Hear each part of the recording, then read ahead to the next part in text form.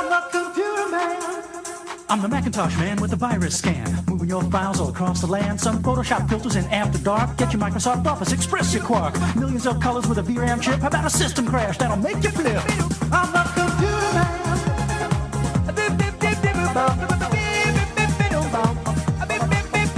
I'm saying Windows 95 is plug and pray. If it's fonts you want, you gotta go to Macway. Log right on as my personal guest. You'll have Macintosh software on your desk. Send me an email with your request. If it's hardware you want, baby, I'm the best.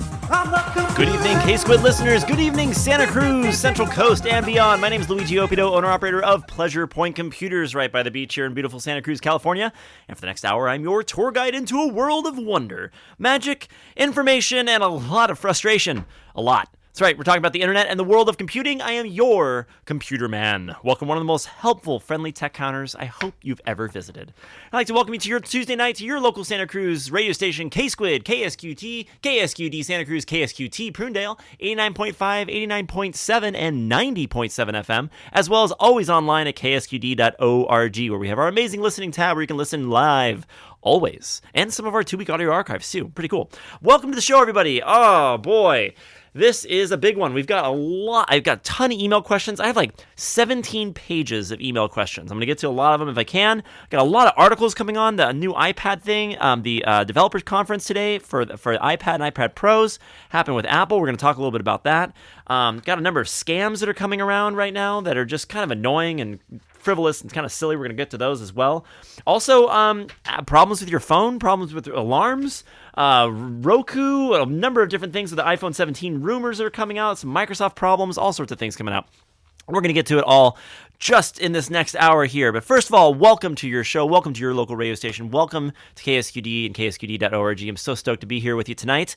As always, if you say, wow, this guy's talking a little bit quick, how am I supposed to get all these steps down? Can I listen to this again? Yes. Yes, you can, including all of our amazing shows here at KSQD by going to ksqd.org, hitting that 2-week audio archive under our listening tab. And you'll see all of it there. So go to the listening tab, 2-week audio archive, and you'll be able to choose from any of our shows. And I highly recommend just jumping on there. If you're looking for something to listen to at work or something to do, and maybe you don't want to listen to talk, or maybe there's music on, you want to listen to talk, you can jump onto our audio archives and fire up any of our old shows that we have from the past 2 weeks. And there are gems, ladies and gentlemen. There's some amazing music shows. There's amazing talk shows, incredibly important things going on in the world and in Santa Cruz, and you can catch it all here, ksqd.org. Pretty cool. If you'd like, well, of course, while you're hitting that amazing KSQD website, you got to hit that red donate button at the top. We would not be here without you, and we wouldn't do it any other way, as I say every week. So it's important. I would not be able to come into the station. I would not be able to talk to all you lovely people out there, and we'd not be able to do what we do here at KSQD without your help. So when you're on that KSQD website, just feel how awesome it is and say, you know what, this awesomeness is worth this much a month to me, and hit that donate button and help us stay on the air, and we really appreciate you all for it. And like I say every week, I wouldn't have it any other way. There's no other way I'd be able to do this. We got talking about Amazon and Google and Gmail and all these things that make us upset. So jump on there, ksqd.org, and hit that donate button, and I sincerely thank you. Thank you so much. All right, if you'd like to reach out to me after the show, you can always hit me up by email, Luigi, Luigi, at ksqd.org. Always online there. We can jump online and I can answer your questions. If I do get an email question from you, I'd like to write you back, and we try to get the thing solved. We don't have to wait for the show. But if it's cool, then we'll talk about it on the show. Or even if it's not cool, if it's something important, we're going to talk about it. And even if it's something small, it doesn't really matter. If it's important to you, it's important. And it's a good question, and there's probably 10 other people that have the same question, or even having something that relates to it. So bring it up. Give it a call, 831-900-5773, or you can jump online at ksqd.org. We also today have the On Air at ksqd.org. So you can jump on air at ksqd.org and email me something over and ask me a question, and we'll be here for you. Pretty cool. If this is the first time you're catching us, welcome to the show.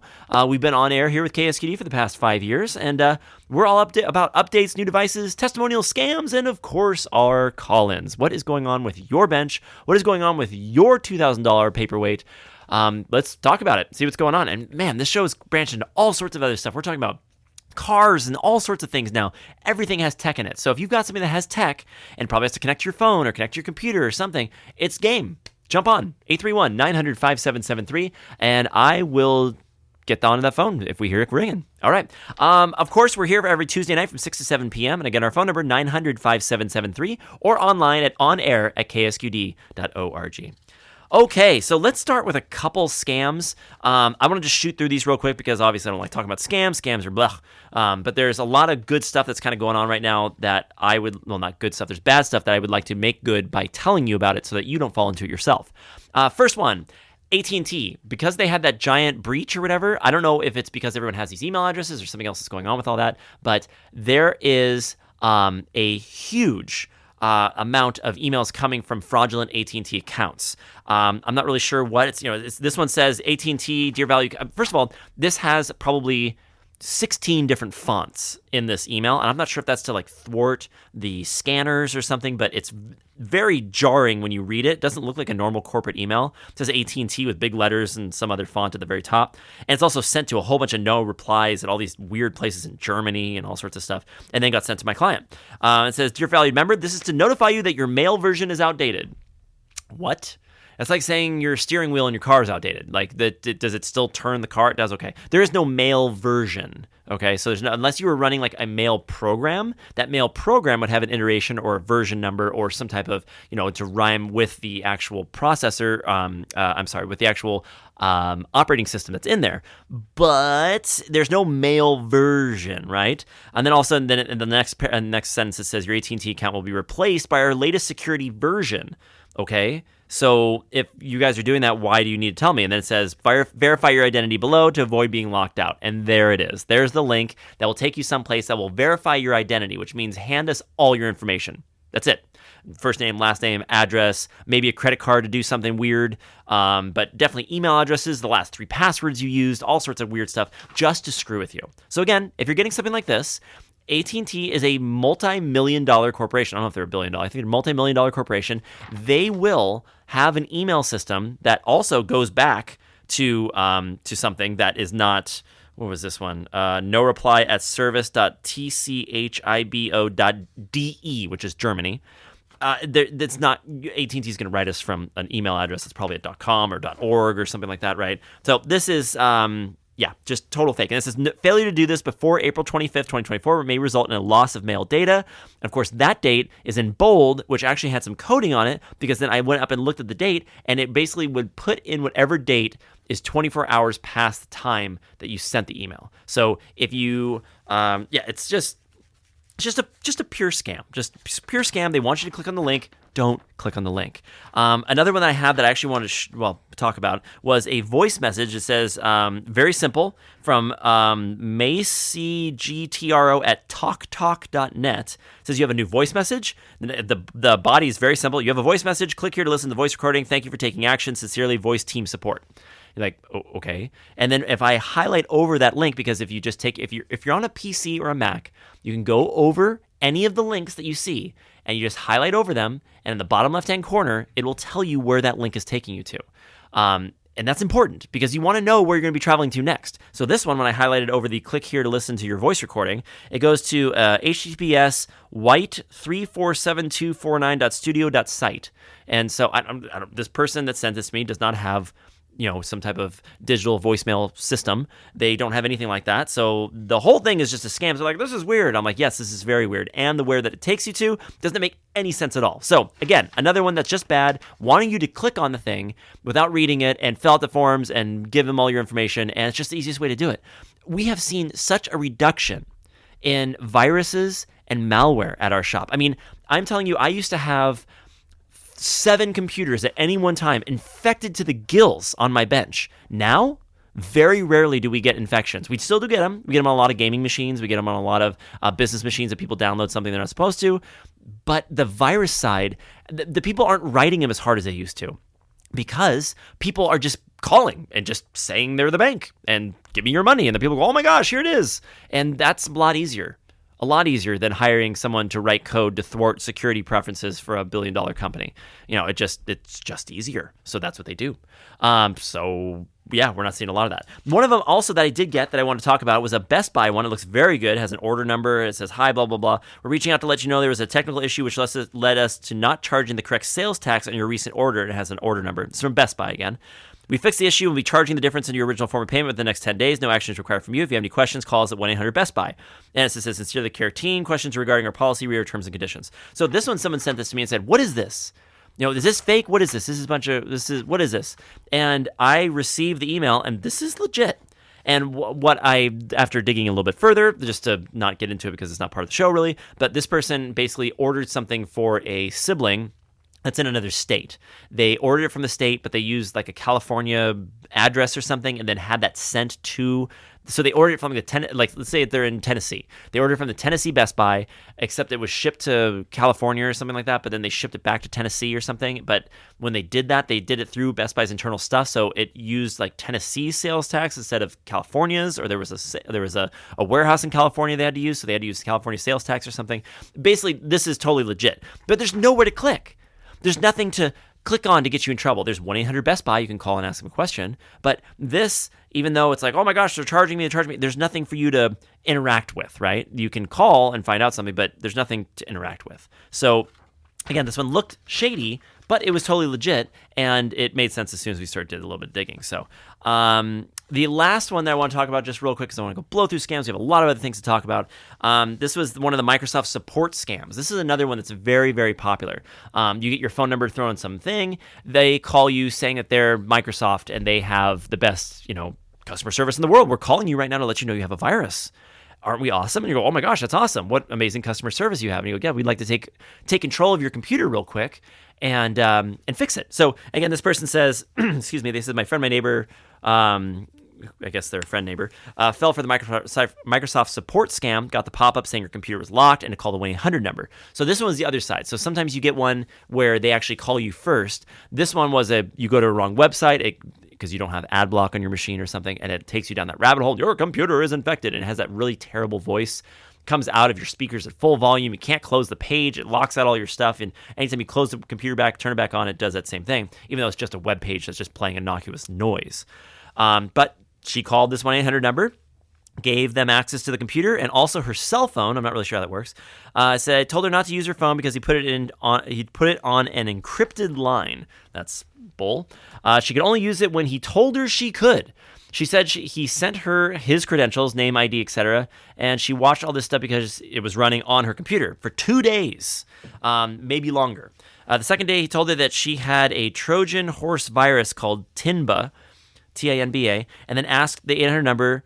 Then asked for the 1-800 number to her bank. And again, she gave the number to them. He told her he was going to call her bank and then add her to the convo. So he adds her to the conversation. And then the bank guy asked her to log into her bank account to make sure nothing was wrong.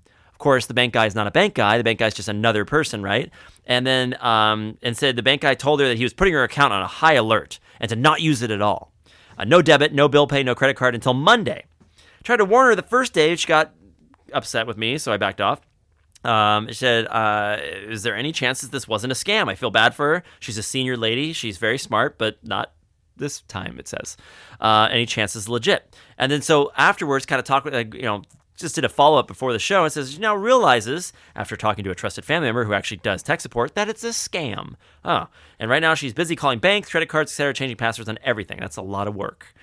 She will also be sending her computer to the family member, and that will wipe her computer. What a day. So... yes. It doesn't take much. It's all social engineering, it feels like now. It's all the thing like we talked about last week in Hackers of 1997, where you call in, you say, oh man, read me that phone number off the modem in the very, very, very back room. Walk past security, walk past the encrypted doors, walk into R&D, go into that back locked in room. There's a modem right there with a phone number. You call the modem in, and then whoop, that goes past all that stuff directly to that computer, right? Like a VPN, old school style. It just takes a little bit, and it's all about getting these seniors and the senior phone numbers too. So one of the things that I saw as not a giant problem, but just a hole for scammers to walk through, and with the giant lights and stuff, are the jitterbug phones. I think they're called jitterbugs. Is it Jitterbug? I think it's Jitterbug. It's the senior phones that are like really simple, that have they're Android based, but they're very, very simple. Why is this not unlocking? I just want to see if I can do a search real quick for it. I think they're called Jitterbug. Let me see. Jitterbug phone. Let's see. Is that what it's called? Jitterbug phone? We'll find out in a minute. But if that's the case, what they do is they actually go through and will, they'll actually reuse phone numbers. But the phone system works on a way that like you pay for every phone call coming in, whether or not you answered or not, and every phone call going out. So then what this Jitterbug company does is they'll actually, let's see, did I miss it again? I think so. Wow, I'm taking a screenshot. Okay, Jitterbug, yeah, that's it. Jitterbug, easy to use phones, that's right. So Jitterbug has a phone system for seniors, and they're very simple. It's an Android-based phone with big, giant buttons, and it makes it very simple for people who can't see very well or who aren't really tech savvy to be able to get in and use a phone.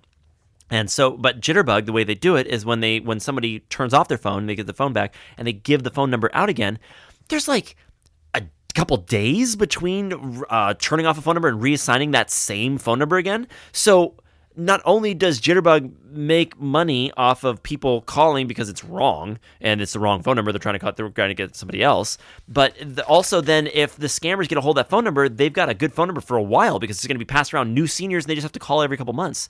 It's kind of gross. So, we got a caller coming in. Let's see what's going on out in the real world.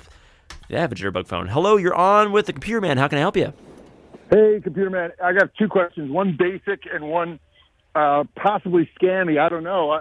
Okay. So today, as I usually do, I use Safari and I also use Chrome. Okay. But I was using Safari, and I was the incognito private window of Safari. Yeah.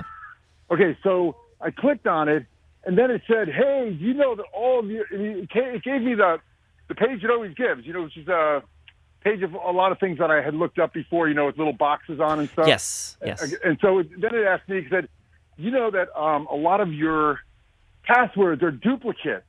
You need to do something about that. So it had a box there with all my my places I have passwords. Yeah. Bank and subscriptions and all this stuff.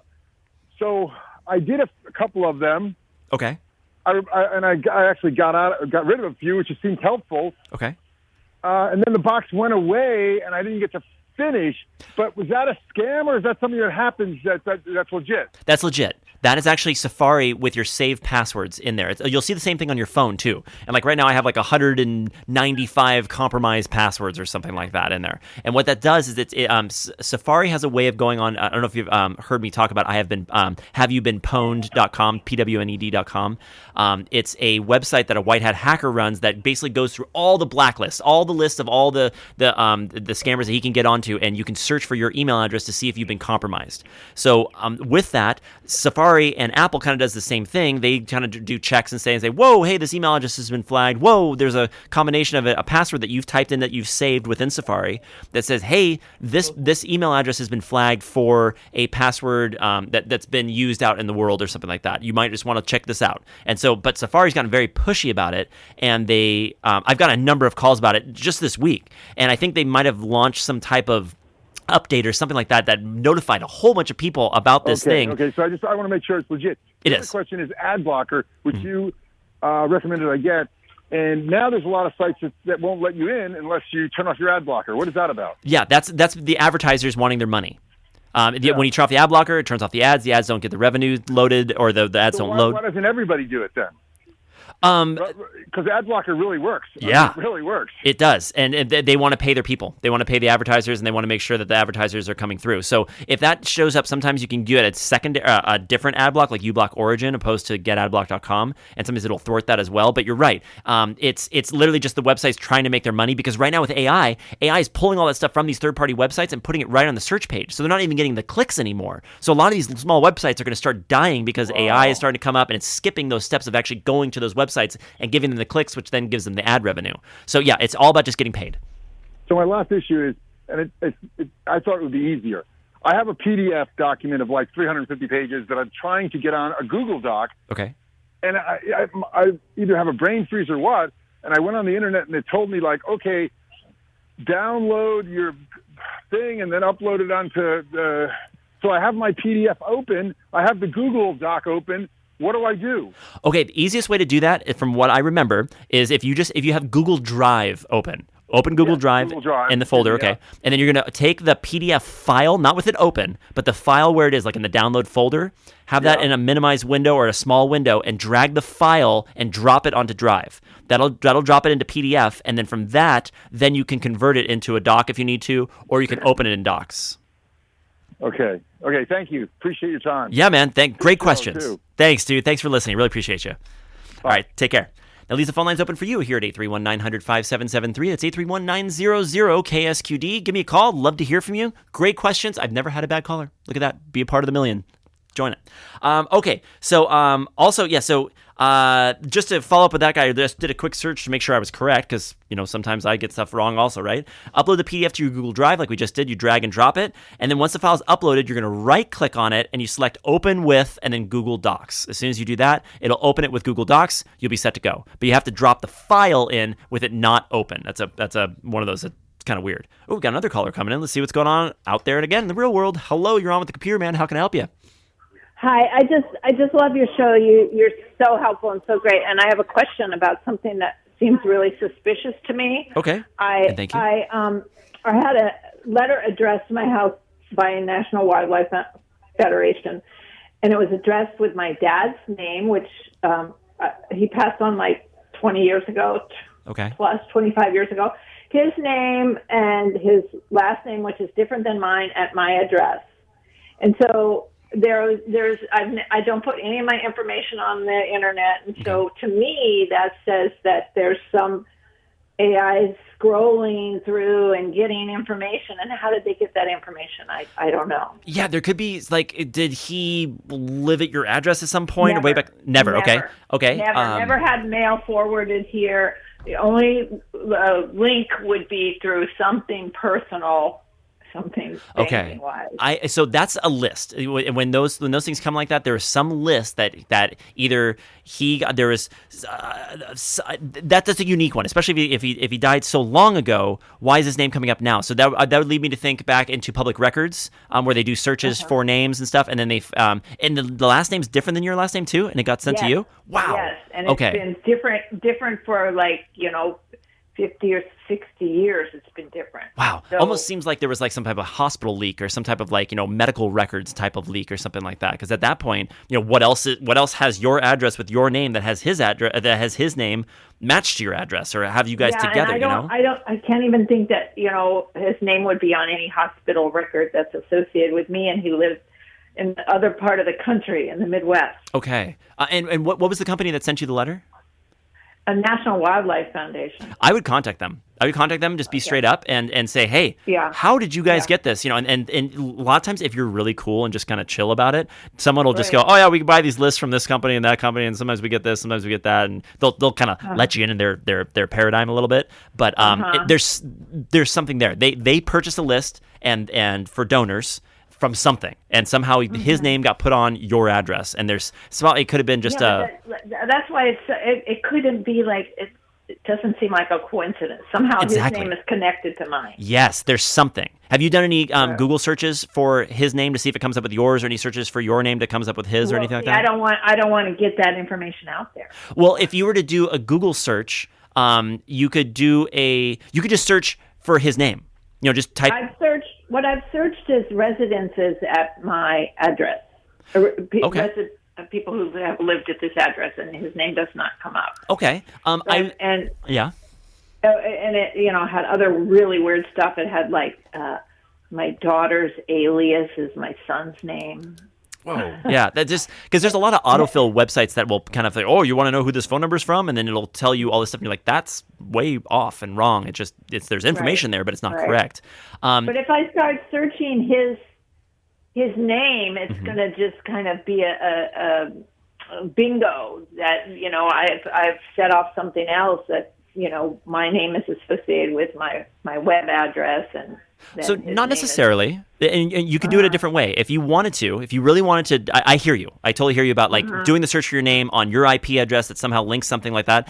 That's pretty deep, and I don't think it would actually do that. But what you could do is you could thwart that by doing a simple Google search for his first name and last name on a friend's phone at a friend's house.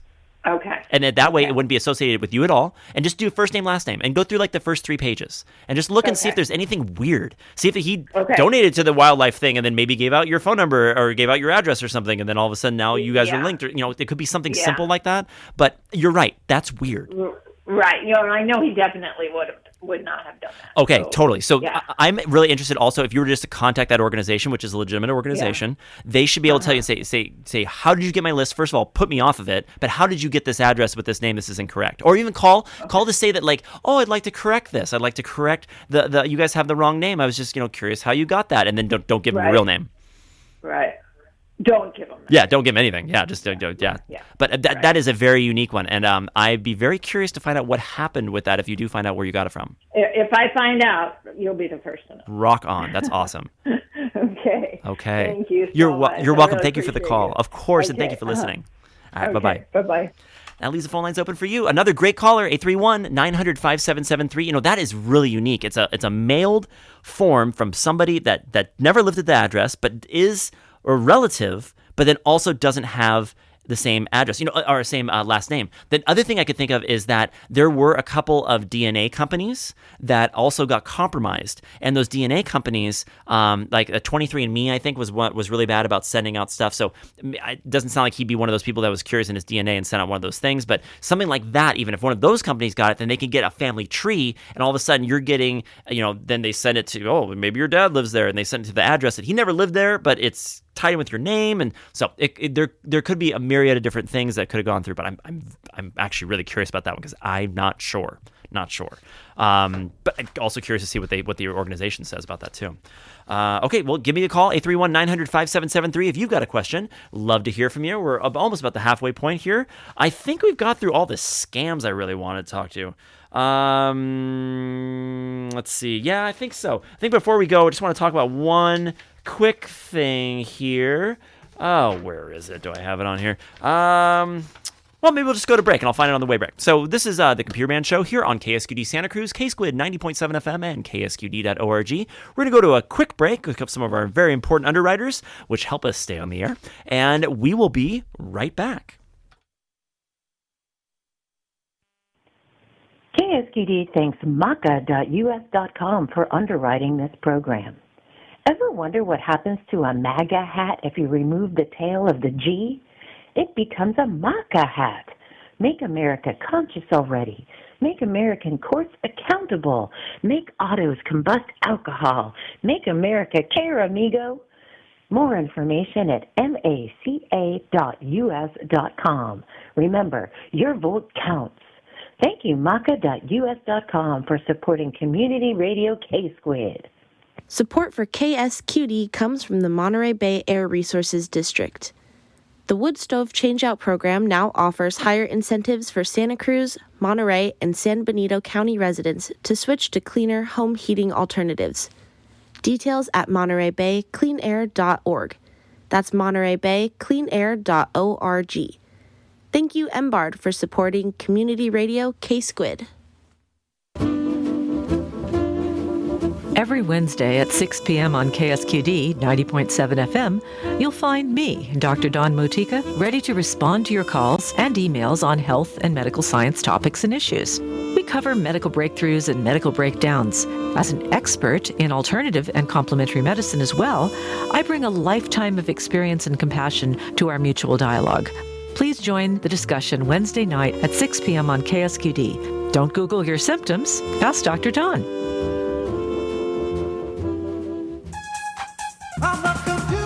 My name is Luigi Opido, owner-operator of Pleasure Point Computers and the host of the Computer Man Show, a 1-hour call-in show Tuesdays at 6 p.m.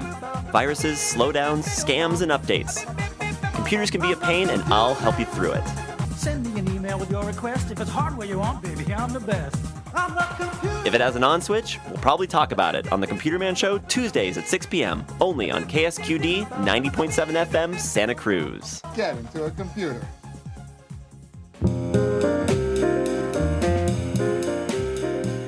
Hi, I'm Bobby Bishop, host of Be in the Night, bring you the best I can with jazz, love songs, and soul. Join me on Tuesday evenings from 7 to 10 p.m., playing the classics straight ahead and introducing you to the latest artists and composers. That's Tuesday nights from 7 to 10 p.m. right here on listener-supported KSQD 90.7 FM, Santa Cruz. And welcome back to the Computer Man Show. Again, always, if you're listening and you want to get all this computer nonsense out of your brain at the end of it, listen to Bobby B coming up at B in the Night. Jazz, smooth love songs, and soul coming up at 7 o'clock, 7 to 10. Amazing jazz, curated by Bobby B himself.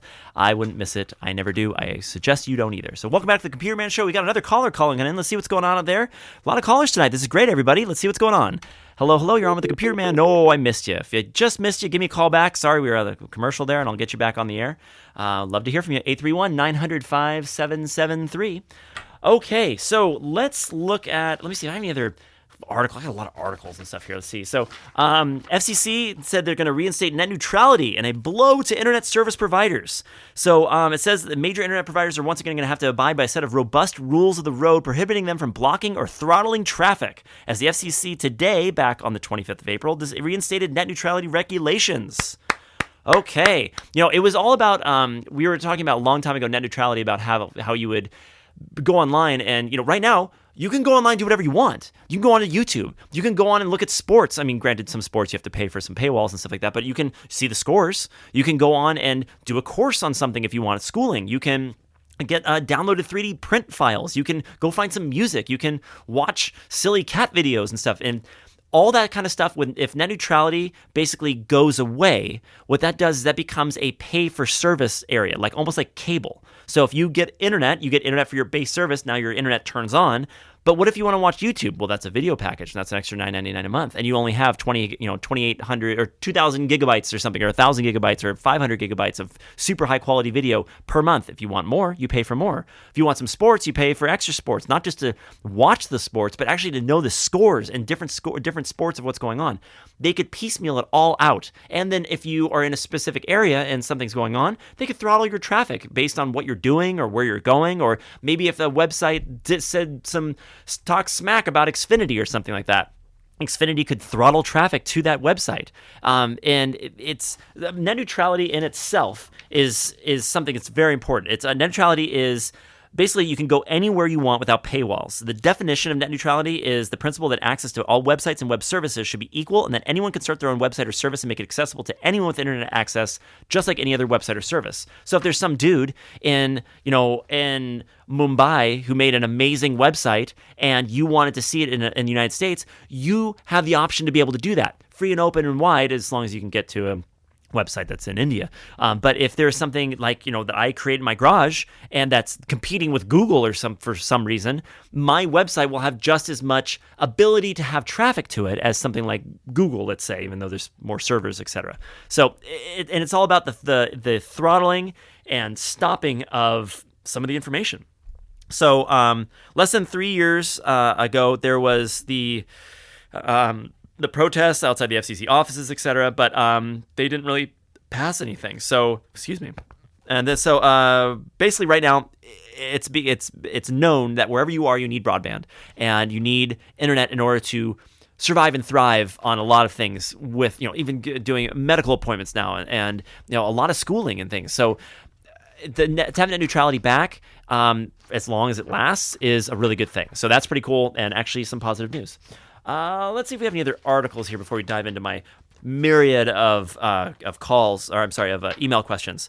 Let's see. Apple confirmed. I don't know if last week you guys had any issues about your iPhone's alarm not going off. Yeah, Apple confirmed it. They're working on a fix. I believe they already have a fix implemented, but it did something when daylight savings time clicked over, and then I see. So there was a bug in 2010. The iOS alarm bug was caused by daylight savings time. Another cropped up in the first 2 days of 2011.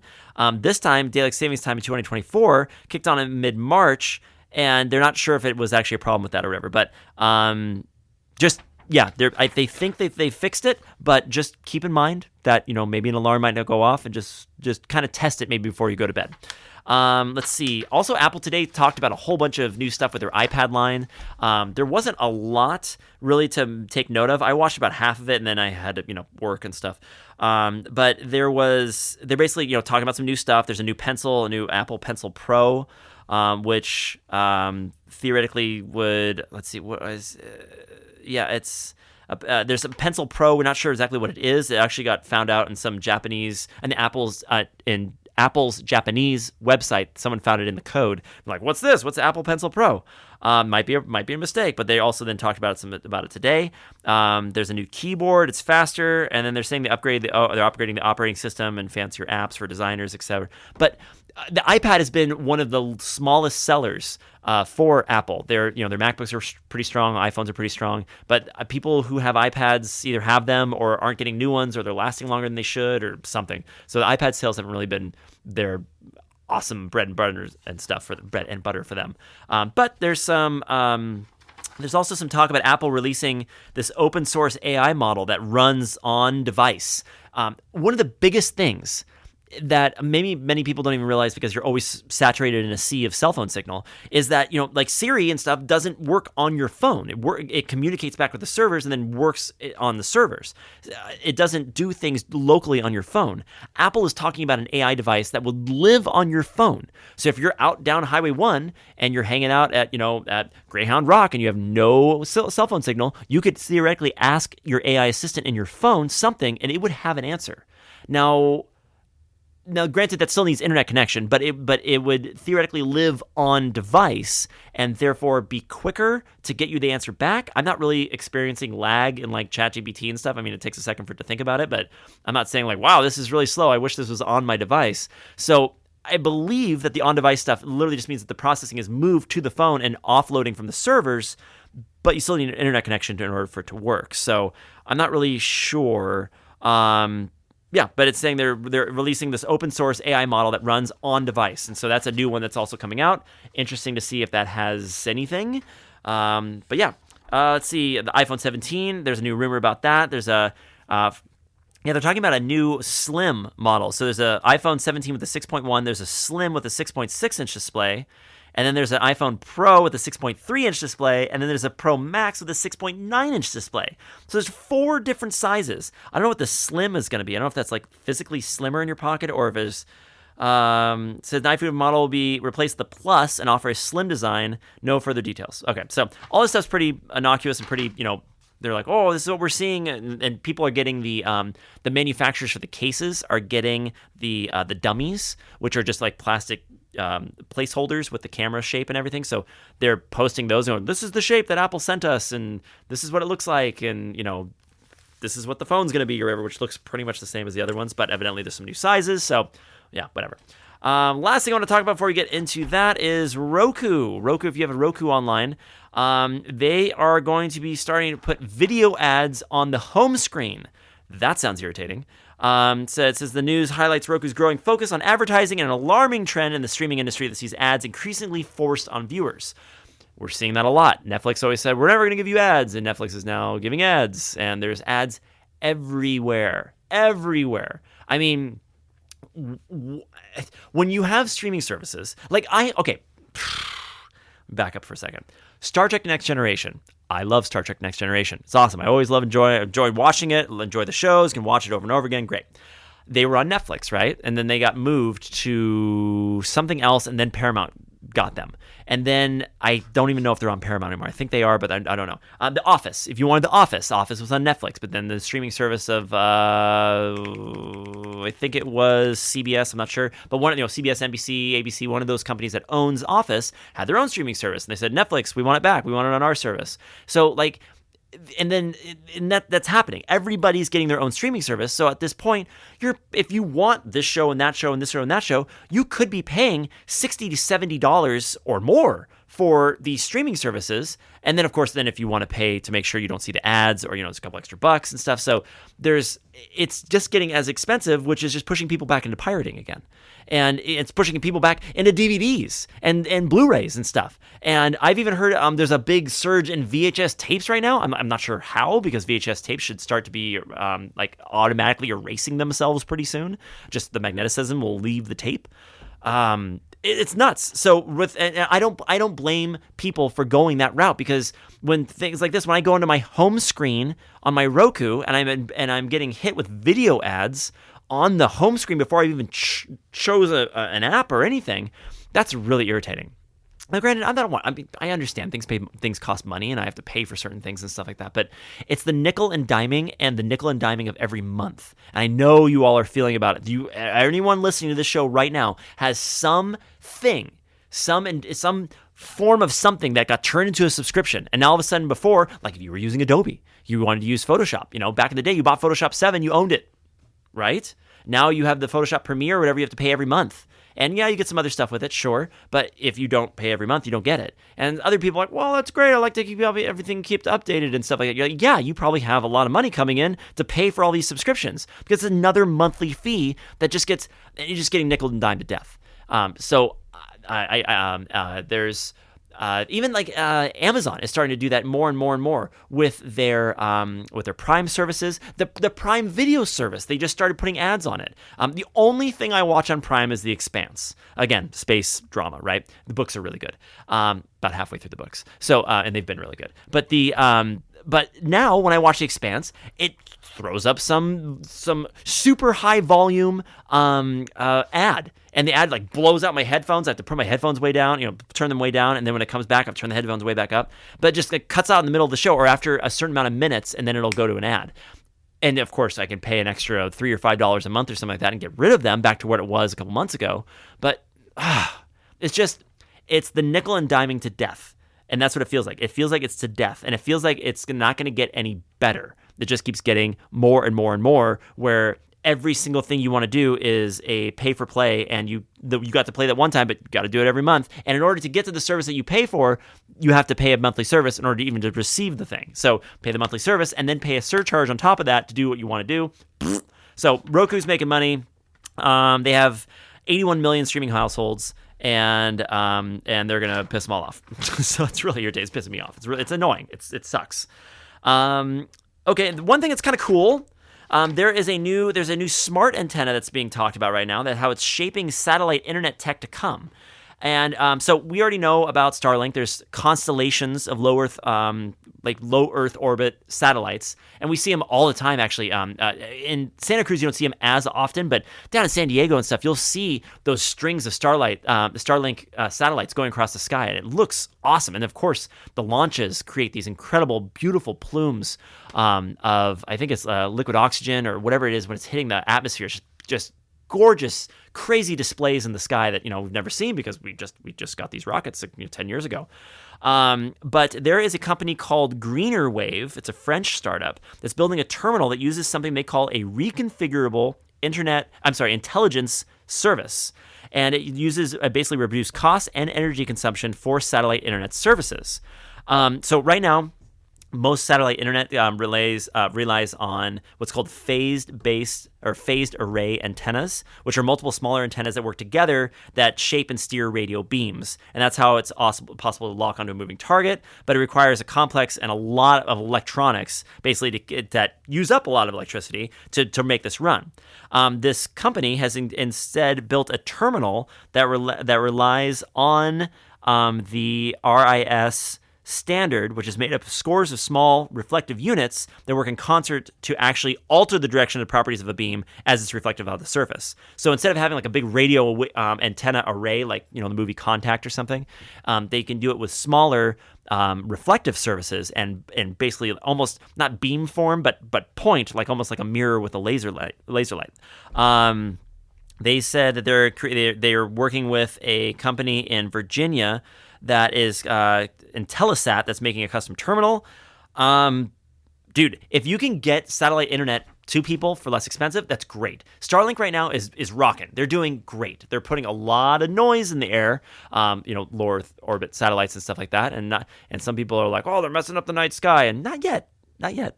But there's it's just a lot. There's a lot coming. There's a lot of really cool stuff. They said they announced 50 million euro to develop its first production terminal, which will be available by the end of the year. They said their ambitions go beyond satellite communications. The company is currently developing terminals that can be used in 5G networks. Interesting. They also say the reduced energy consumption could be appealing for network providers, but they anticipate that it's going to be some time before the technology is standardized. So could be something coming. How cool would it be to just be able to receive satellite-based internet from your phone? And that's kind of almost what they're going toward. They're going toward a terminal-based thing that would then get shrunk down, that would then allow it to not have some big honking antenna. You've seen on the videos or the movies when someone has like a satellite phone and they've got that huge honking antenna.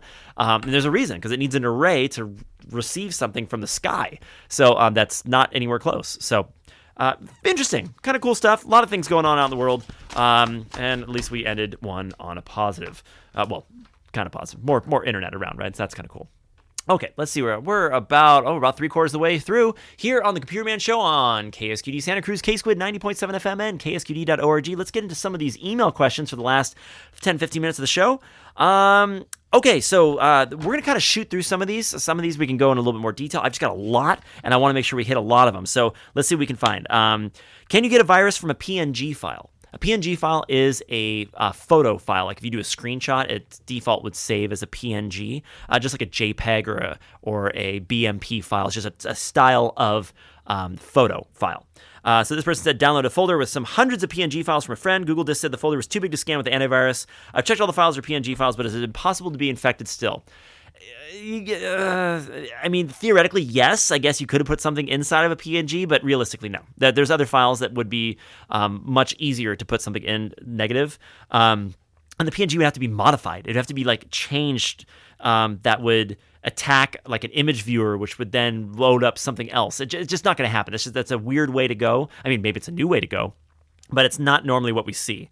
So let's say if you were to open that PNG file in Chrome, let's say, and you got a virus, it wouldn't matter because you're just looking at it on the internet. But if it's on a file on your computer and you're launching it, then it would actually launch processes that could go and do something. So they would really have to make sure that a PNG file was being viewed the correct way. And then as soon as it launched, they would have to make sure that the reader that they were using to view the PDF or PNG file would then be able to launch all of its malicious code correctly to allow it to infect. So again, they're not writing these viruses as much as they used to. They're just calling people and asking for money.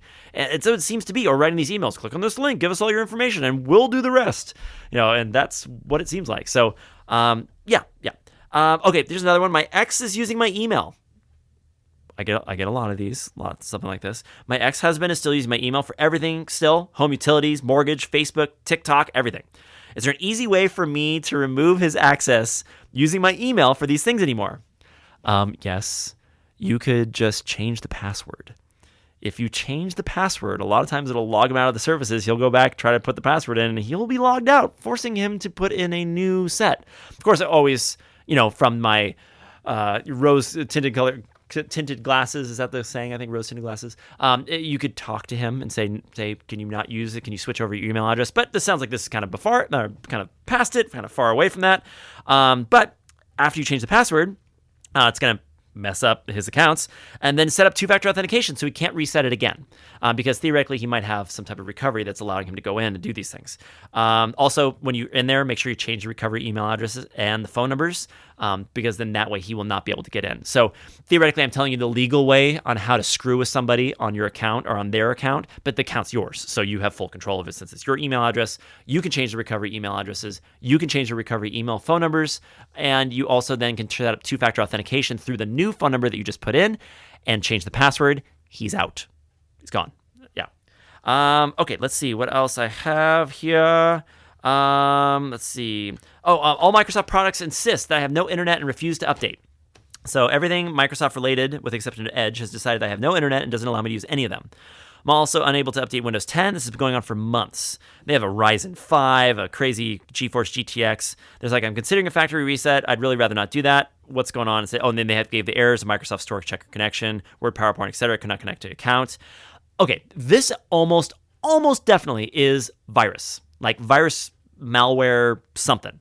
Like that is not almost definitely. I would download Malwarebytes, run the scan, see what you find, because the update being unusable is like super classic virus stuff. Like back in the day, that like back in Windows 7, if you couldn't download any updates, is because your antivirus was blocking those ports. Most time because it would download an Windows Defender file, and the Windows Defender file would then do a new scan with an updated definitions list. It would see those viruses and wipe them out.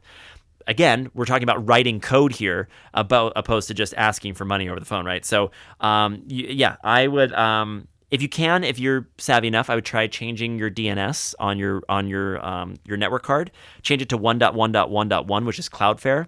Normally, you can also go to 8.8.8.8. That's Google. And what that'll do is it'll reroute the DNS, the dynamic naming system, through Google, through Cloudflare, and negate the other ways of getting online, and see if you can get a direct line to to Microsoft. If that doesn't work, it's on your computer. So you can get to another machine, download the offline version of Malwarebytes, put it on a flash drive, bring it over to your machine, run it, or double click on it, install it, run it, and it'll run for, depending on your machine, could run for 10 minutes, could run for an hour or two, and remove anything it finds. Almost definitely, it's a virus of some type. Again, Google 8.8.8.8 or Cloudflare 1.1.1.1, and that's under your network preferences under the DNS. So you put a manual IP address in there and put your DNS in there as well. Okay, another one here. It says, my laptop made a popping sound and then shut off. Popping is usually capacitors, by the way. But anyway, hi all. I was gaming on my Lenovo. I didn't see anything wrong. However, suddenly my laptop began making a popping noise, and then it shut down. I tried turning it on with and without being plugged in. Both seemed... and neither one seemed to work. I used the Lenovo... okay. So I tried turning it on with and without it being plugged in, and both seemed to work. Okay. I use the Lenovo Vantage app. That's an app that comes with Lenovo's. I'm sorry, I lost my place. For a hardware scan, everything came back fine. I've not seen a decrease in performance or anything, but I'm holding off using my laptop out of worry because my battery exploding or something. I'm posting this to gain some insight. Okay. So this one, I would first check your charger and make sure your charger is actually charging your computer. It may not be. It may be something. It may be that your charger is supplying power, but may not actually be charging the machine. If it's not charging the machine, then the pop was most likely from your power supply. But I also would check your surge protector if you have a surge protector, because something could have popped inside that, and see if that's still working. At this point, back up your data no matter what. It's most likely, it could be a possible hardware fault. The fact that your computer is still running with a pop like that, the pop could come from anywhere, but most likely it's coming from something either inside your machine, inside your power adapter, or inside the surge protector. It's one of those things. And usually those pops are an overworked capacitor or something that has a lot of electrolytic fluid drained out of it, and then it will pop out from that. Or a very brief high voltage or heat, spike, something like that. It could be any one of those. It could be a lot of factors, but I go through those three things and get your data off the machine as fast as you can. Okay, we have a caller calling in. We only got a couple minutes. Let's see what we can do here. Hello, you're on with the Computer Man. How can I help you? Oh, yes. Is this the Computer Man? Yes, it is. You got a couple minutes. What's going on? Okay. I want to know, what do you know about nanocomputers? I saw your email. The nanocomputers with, yes. I know a very little, and I wanted to link some of the stuff. I actually forwarded your email to, because you wrote to the shop at onair@ksqd.org, which I really appreciate. And I forwarded it to my email, and I'm going to do a little research so I can have it. I want to do a little thing on the show next week about that. Oh, okay. The link I sent you with Bruce LeDuc. Yes. He's a Fortune 500 consultant, and the stuff he's going to tell you about AI, the cryptos, and nanos is going to knock you out of your chair. Dude, I'm excited. I can't wait. I've got it saved. I'm looking forward to it. About nanocomputers that have been injected into people. Okay.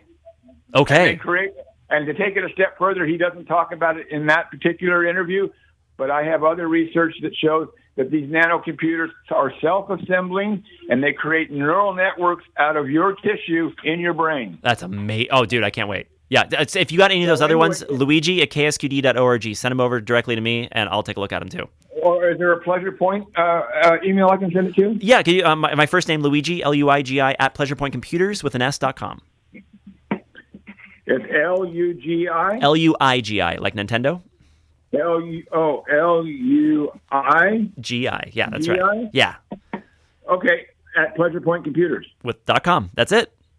Okay. Well, I think this is a conversation that should be had, and you're probably the best person to have it with. Awesome, dude. I'm going to do my research, and we'll talk next week. All right, man. Thank you. All right. Thanks so much for listening. And that leaves we got about another 3 minutes. I'm going to close the phone lines down. Everyone's been amazing tonight for calls. I am so stoked on our callers tonight. Save your questions for next week. Email me, Luigi, Luigi, at ksqd.org. I would love to hear from any and all of you. I see another call coming in right now. I'm going to let that one go. But I would like you to email me if you have any questions. You can always hit me up at the shop as well at 464-2220. I'm going to be there tomorrow. And also Luigi at pleasurepointcomputers.com or Luigi at ksqd.org. I'd love to hear from all of you. So, let me see if there's, in the last 2 or 3 minutes here, let's see if there's anyone. There was one that I wanted to talk about. Let me see just real quick. I'm going to mark where I was here because there's a lot I'm not going to be able to get to. But there was one that I really wanted to talk about that was kind of weird, and I think you all, maybe not enjoy it, but it's it's kind of sad. It's about Find My iPhone. Let me see if I can find my iPhone. Find my iPhone. Come on, buddy. I'm like, literally, there's 17 pages. It's amazing. You guys are awesome. I would love to hear more and more. The questions you have are incredible. There's so many good things. Like, someone on Instagram said they did a quick IP check to see who I really am. Is I telling the truth? I haven't clicked any links they've sent me? And no, that's not a thing. A quick IP check does not exist. An IP address doesn't contain any identifying information. Some random person on the internet can't just look up your IP and go, hey, wow, there's a picture of their driver's license or whatever, right? That's not how it works. So the IP address, the only thing you'll be able to tell is what internet provider that block of IP addresses is used by and what area, rough, country or city that the IP address might be assigned to, but even that's not really, good. So there's that was another thing that I wanted to talk about. Let me see, just got another minute here. I want to see if I can find that one. Okay, here I found it. Okay. How inaccurate can the iPhone Find My app be? Okay, we're going to talk about this here, and then we're going to go. My girlfriend went to her parents' house for the weekend. I checked her location to see how far she had gotten. They live an hour away. It showed she was going the opposite direction. I checked again 15 minutes later and showed her at her ex's neighborhood. I then checked again, and it was at his house. I should have called her, but I was too upset. Later, it showed her leaving and then going to her parents' house. I confronted her when she got home, but she swore that she was at her parents' house the whole time, and it must have been a glitch in the system. What are the odds of it putting her almost 2 hours from where she actually was, and then making the steps to put her at the correct location? Okay, so, and you mean like how it happened to just randomly put her at her ex-boyfriend's house? Okay. I'm just going to fill in those blanks for you, right?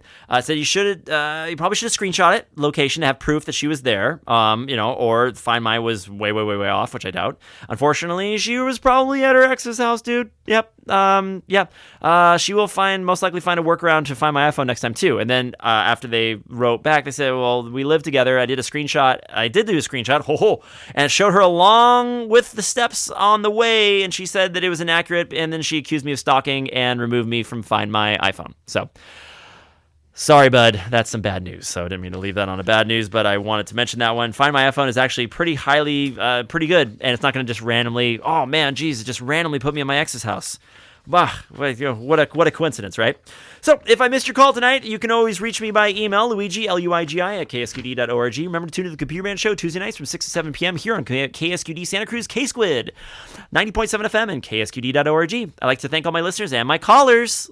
Awesome callers out there. Thank you, KSQD, Sandy Stone, Health, Facing Richard, you've been giving to John Sandage, all of Santa Cruz, Nicholas Houses, the Wasmans, Case Controls, and of course, the humble Electron. Thank you again, Santa Cruz. I'm your computer man here on KSQD Santa Cruz, K-Squid 90.7 FM, and KSQD.org. Stay tuned right here for Being the Night. I hope you all have a positively charged evening. Until next time.